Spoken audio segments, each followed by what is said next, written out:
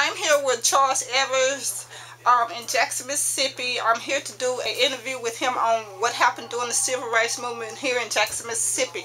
Mr. Evers, it's a pleasure and an honor to have be with you this morning.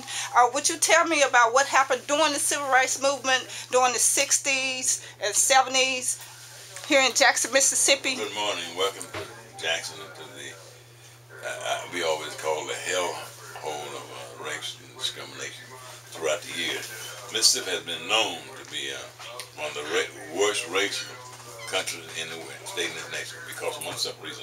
We're about 45–50% of the state, Negroes, black folk, color, what in the hell we are. You know, we change every 5–6 years. And when Medgar and I and Aaron Henry's family Heyman, I was fighting for equal rights, we were colored then, and Negroes. Now you young have become blacks and African Americans. And the thing we went through then was just unbelievable. It's unbelievable for your grandmama and granddaddy to be a Negro. You couldn't walk the street hard if a white person would come in the Gulf Street, let her by. You couldn't use the public restroom. You couldn't go to any of the hotels. You couldn't eat in the restaurants. You couldn't do anything that other white people did. Although we went and fought in World War II against the Nazis and the other people, when we came back home, we couldn't enjoy a thing as American. We couldn't enjoy a thing as freedom, as so-called democracy. It's a joke. It's still a joke when it comes to black folks and Negroes and African Americans. But we still got a long ways to go. And at the time, there was no crime against Negroes. And whatever white man did against us, just another nigga dead. Just nigga mistreated. But now we do have, because of the struggle, and because of the sacrifices that Medgar and Martin and Fandu Heyman, Aaron and Vernon Damon, the risk to go on and on, we are now able to get some justices. Not enough. We now have black elected officials. During the movement, there were none of us even registered. We couldn't even vote. But now in Mississippi, we have the highest number in the country. Not that they do what they should do, and I have a problem with them too because they don't use the same power as black elected as whites do, and I have a problem with that.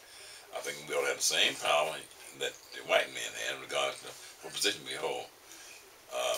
Other thing, lynching was almost at will.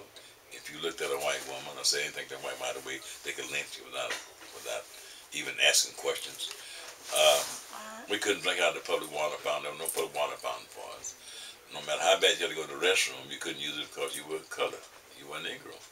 So just those kind of inhuman things. Our parents worked for like 10 cents an hour, 50 cents, $2 a week, and all that silly stuff. It had to say yes men known to any white person who was over 12 years old. Just a lot of silly stuff. So, but we fought against that. And we organized Medgar and Dr. T.R.M. Howard from Mount Bayou and Aaron Henry and Fandu Heyman and Amzie Moore organized and decided we're going to fight for what's right in this country.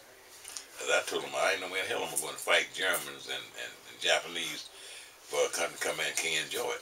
And that's what we started doing. In the meantime, we knew that the power in this country is in elected officials. Everything you do, some elected official has something to do with it. Okay, who he is, where it is, from getting married on to getting buried. So in order to change that, what to do, we had to have us, we thought, put us in the position of making decisions. And we had to get registered and we had to vote. So because of that, my brother Medgar was killed. And integration, schools. I'm not too sure, not that's the greatest thing that happened. Anyway, we ain't gonna go into that either. The integration of schools, our kids had to go, we went to, Medgar and I went to a one-room shack, one-room country shack. There was no decent school for blacks. We had no buses. We had to walk to school 1, 2, 3, and 4 miles back and forth in the rain, sleet, and snow. It didn't matter, only because we were colored or we were Negro. So it was horrible and unbelievable to live in those days, but that's why many of us fought for it and many of us died to make life better. Well, you could have a camera, you could go out and interview people. There was no such thing as a young black woman, a young black man interviewing nobody back in those days about their rights. But thank God today we can do it and do it with all pleasure. But it's been a terrible price paid by many Negroes and many colored folks. And I said it because you blacks didn't have to go through that. But it was the colored people of this country and the black and Negro people of this country who fought and died to make it possible for you young blacks today. Thank you so much, Mr. Evers. This is Deanne Finkley in Jackson, Mississippi, interviewing Charles Evers Medgar Evers' brother. Thank you so much. It's been an honor and a pleasure. You're quite welcome.